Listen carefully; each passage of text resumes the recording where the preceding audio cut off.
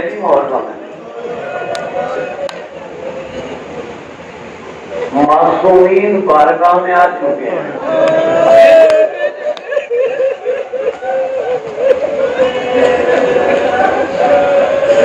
اور پتہ نہیں، لیکن پتہ نہیں بیویاں کہاں بیٹھی ہیں، پتہ نہیں بیویاں کہاں بیٹھی ہیں. جگہ کا پتہ نہیں ہے، جگہ کا پتہ نہیں کہاں بیٹھی ہیں. کیوں؟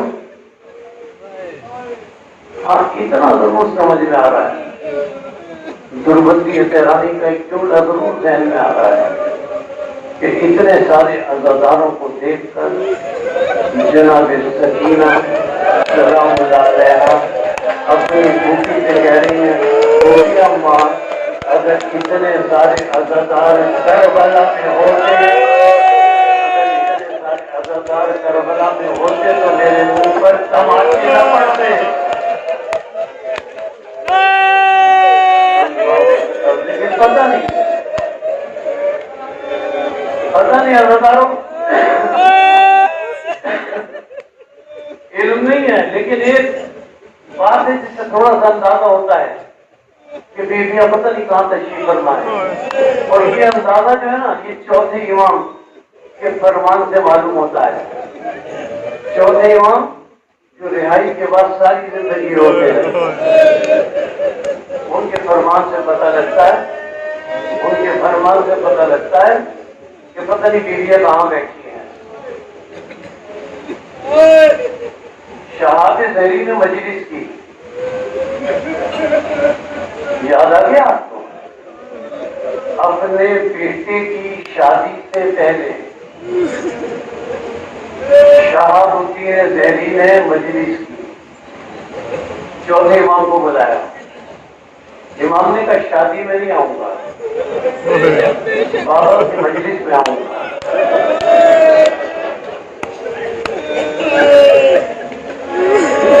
بیٹے کی شادی سے پہلے زہری نے نفیس بصرت بچھائی. چوتھے امام کو اصرار کر کے مسجد سے دکھایا. اب میں یہ عرض کر رہا ہوں کہ پتہ نہیں بیویاں کہاں بیٹھی ہیں.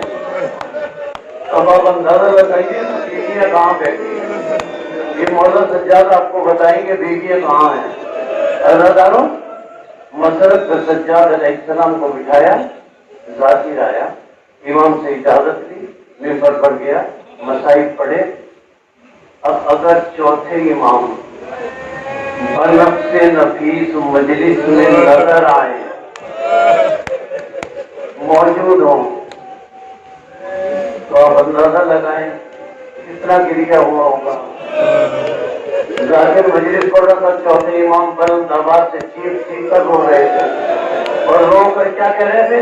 ایک ہی جملہ کہہ رہے تھے، کیا بتاؤں ماتا ابھی آتشانہ میرا بابا کیسا مارا گیا، میرا بابا کیسا مارا گیا. یہ کہہ کے رو رہے تھے اور سارا مجمع رو رہا تھا، بہت شدید گریا تھا. عزاداروں اب میں یہ بتا رہا ہوں کہ بیویاں کہاں بیٹھی ہیں. اندازہ کیجیے گا، جب مجلس ختم ہوئی، گریا ختم ہوا تو شاہد زہری نے مسجد کی طرف نظر ڈالی، امام نظر نہیں آئے. اس نے زہری نے مجمع میں امام کو ڈھونڈنا شروع کیا، امام کہیں نظر نہیں آئے، مجمع میں امام نہیں ملے. آپ سمجھ گئے نا، میں تو آپ کے آنکھوں کی نظر جملہ کر رہا ہوں، آپ سمجھ گئے. امام سے نظر نہیں آئے. اب جب سارے میں تلاش کر چکا اور آگے بڑھا تو دیکھا زہری نے چوتھے امام وہاں بیٹھے ہیں جہاں مومنوں نے جوتیاں اتاری ہوئی ہیں، جہاں مومنوں نے جوتیاں اتاری ہوئی ہیں، جہاں مومنوں نے جوتیاں اتاری ہوئی ہیں، اور مومنوں جوتیاں اتاری ہوئی ہیں. ہاتھ چھوڑ کر آج میں بتا رہا ہوں بیویاں کہاں بیٹھی ہوں گی، بیویاں کہاں بیٹھی ہوں گی. ہاتھ چھوڑ کر زہری نے کہا کہ اپنا رسول اللہ آپ کو یہاں بیٹھے. زہری خاموش ہو جا، زہری خاموش ہو جا، تجھے نہیں پتا فاطمہ زہرا کہاں بیٹھی ہے، تجھے نہیں پتا فاطمہ زہرا کہاں بیٹھی ہے. تو نہیں جان سکتا. ہاں عزادارو جناب سیدہ کہیں بیٹھی ہے اور مجلس سبر سے لے رہی ہے. آج پہلی مجلس ہے نا, آج پہلی مجلس ہے. امام حسین علیہ السلام 28 رجب کو پہلی مجلس ہے نا, چند جملے کروں. 28 رجب کو اپنے نانا کے روزے پر گئے. رخصت ہونا تھا مدینے سے, پھر بھائی کی رحمت پر گئے. اور آپ کو پتا ہے نا, جب ماں کے روزے پر گئے حسین چل کر نہیں گئے, حسین چل کر نہیں گئے. حسین کس طرح کھجلیوں کے بل چل کر گئے جیسے کوئی 6 ماہ کا بچہ ماں کے پاس جاتا ہے اور آواز دیتے ہوئے جا رہے تھے, یا اماں یا اماں یا اماں. اور صحرا کی قبر سے آواز آئی, وعلیکم السلام یا غریب العطشان. اے میرے پیاسے بیٹے, تجھ پر میرا سلام ہو. عزاداروں یہ جناب سیدہ سے جب روزے سے فارغ ہو کر آئے, اب جناب سیدہ کے بارے میں ایک بات اور کہہ کر گفتگو کو ختم کروں گا. روزے سے واپس آئے, واپس آتے کہا عباس علی اکبر سفر کی تیاری کرو. عباس فہرست بناؤ. عباس نے سب سے پہلے جناب زینب کا نام لکھا. سب سے پہلے جناب زینب سلام اللہ علیہ کا نام لکھا.